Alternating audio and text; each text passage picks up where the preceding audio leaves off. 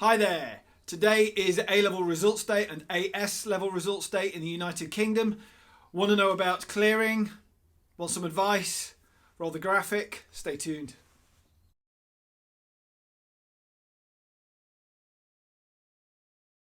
Hi there, I'm Paul. Welcome back to Science That Sticks. Today I'm going to quickly talk about clearing. Clearing is this ability for A-level students who may or may not have got the grades required, or they might have changed their mind about their first choice university course. Now, if you've been given an unconditional place and you have accepted that, there is almost a gentleman's agreement, and sometimes actually a contractual agreement, that you're going to go there. If you change your mind, which you're entitled to do, you may do so and go somewhere else. Most students that go through clearing either have not got the grades for their first choice or even second choice, and they can't get onto the course that they wanted to get on. Some students have decided at that point, that's it, university's not for me, I'm going to go and get a job. That being the case, credit to you, there's nothing wrong with that at all. There's nothing wrong with going and working for a living. But some students definitely want to go to university. So I'm talking to you guys and I'm going to give you some advice, some tips maybe on how to make the best choice for that. The first of which is the closeness of the university. Now, depending upon whether you're able to get a maintenance loan or not will depend on how much your parents earn. Now, as that's the case, some parents combinedly in the household bring in so much money that a maintenance loan is just unavailable from the student loans company. There's a quiet unwritten law that parents would support their child all the way through their university life. And when you think about that as well, it's a parent supporting their child, that's no problem. But you're also thinking, you've got to think along the lines of this is a parent that's supporting another adult in their household. And at this point in the United Kingdom, times are tough, expenses are everywhere for most adults. So be aware of that. Next point of call is, are you going to be looked after at that university? Now, I would argue that this is one of the things that you should have asked when you were walking around the universities and you're looking at courses, maybe even gone on to interviews. Are there lectures? Are there tutorials? Can you go and approach the lecturers and ask them and confirm what they were talking about in that lecture? It's really useful. You are paying these people £10,000 a year for the education. You must show up to those lectures. You must show up to those tutorials. Take notes, ask questions, get value for money. Don't just sit at that exam in those mid-semesters with not knowing anything and then complaining that you're paying their salary when you're not meeting them halfway.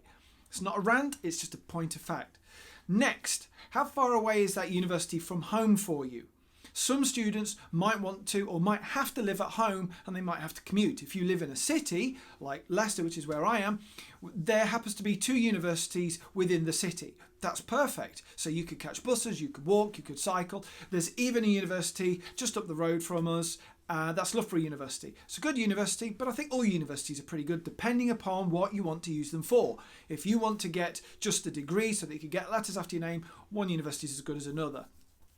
But some universities offer certain courses that others do not. And that's where some of them show how good or how not so good they might be. The next part would be, what are you planning on doing once you have finished that degree? And I would start, and I advised all of my year 12 and 13 students in this manner. Look at the job market. If you are going to do a vocational course at university, look locally. Pretend that you already have that degree and look for work with that degree qualification. Look at how many jobs are available in the marketplace, how many are close by, and don't just think, well, I don't have the degree yet, Paul. I don't have that qualification, so why would I look for it? You need to know what the job market is like because you're going to be spending at least 30k on your tuition fees for a job that you think is there but might not be. So keep an eye on that. Find out whether you can get a job based on that qualification. I'm a big believer of vocational qualifications rather than non-vocational subject-related qualifications. Just a personal thing of mine, but I think that if you're going to be paying back that student loan after you've earned over the threshold, and why wouldn't you want to earn good money? Because that's one of the reasons people go to universities. I want to go to university because I want a better job. Well, what do you mean better job? I want it to be well paid. So bear that in mind. Next thing to bear in mind is, are you going to finish? Are you going to graduate? Because there's a lot of students that don't. We don't tend to talk about this as teachers because we assume that our good kids, they're going to stay the course and all the rest of it. There's a lot of change between 18 and 21 that happens to you physically, emotionally, spiritually, in a variety of other areas, especially if you've left home. You are an adult and you are making your way in the world, and things happen. And because things and life happens to you, some people might drop out. It might not be the right university for you. It might not be the right course for you.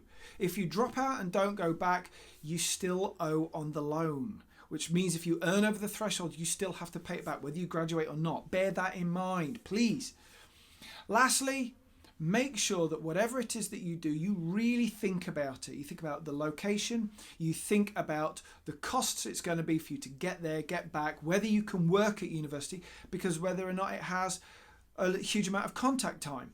Some of the people that I was doing my undergraduate degree with, they were in like 6 or 7 hours of the week.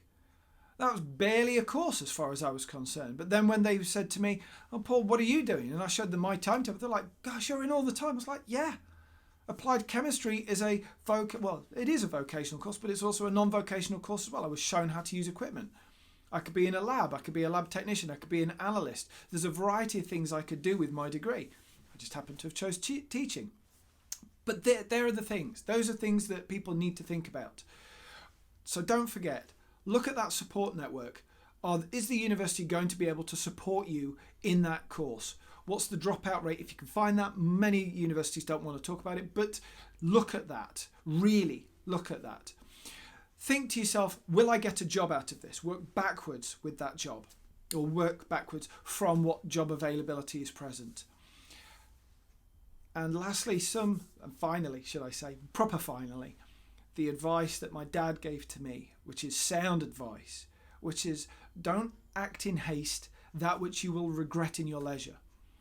Whilst you might be upset and shocked with your A-level grades, and some people might be, have a really good think about it before you pick up the phone, before you call clearing. Yes, you want to get on the right course. Yes, it's competitive. But you don't want to get on the wrong course because you acted too quickly and you didn't give it the thought that it requires. These next steps, these next few days, getting onto those courses are going to change your life. Good, bad, or indifferent. And it's a long time to live with. I wish I'd thought about this. So give it some thought. Really give it some thought. Good luck to all of you out there today. Take good care. And as always, stay cool. Bye-bye.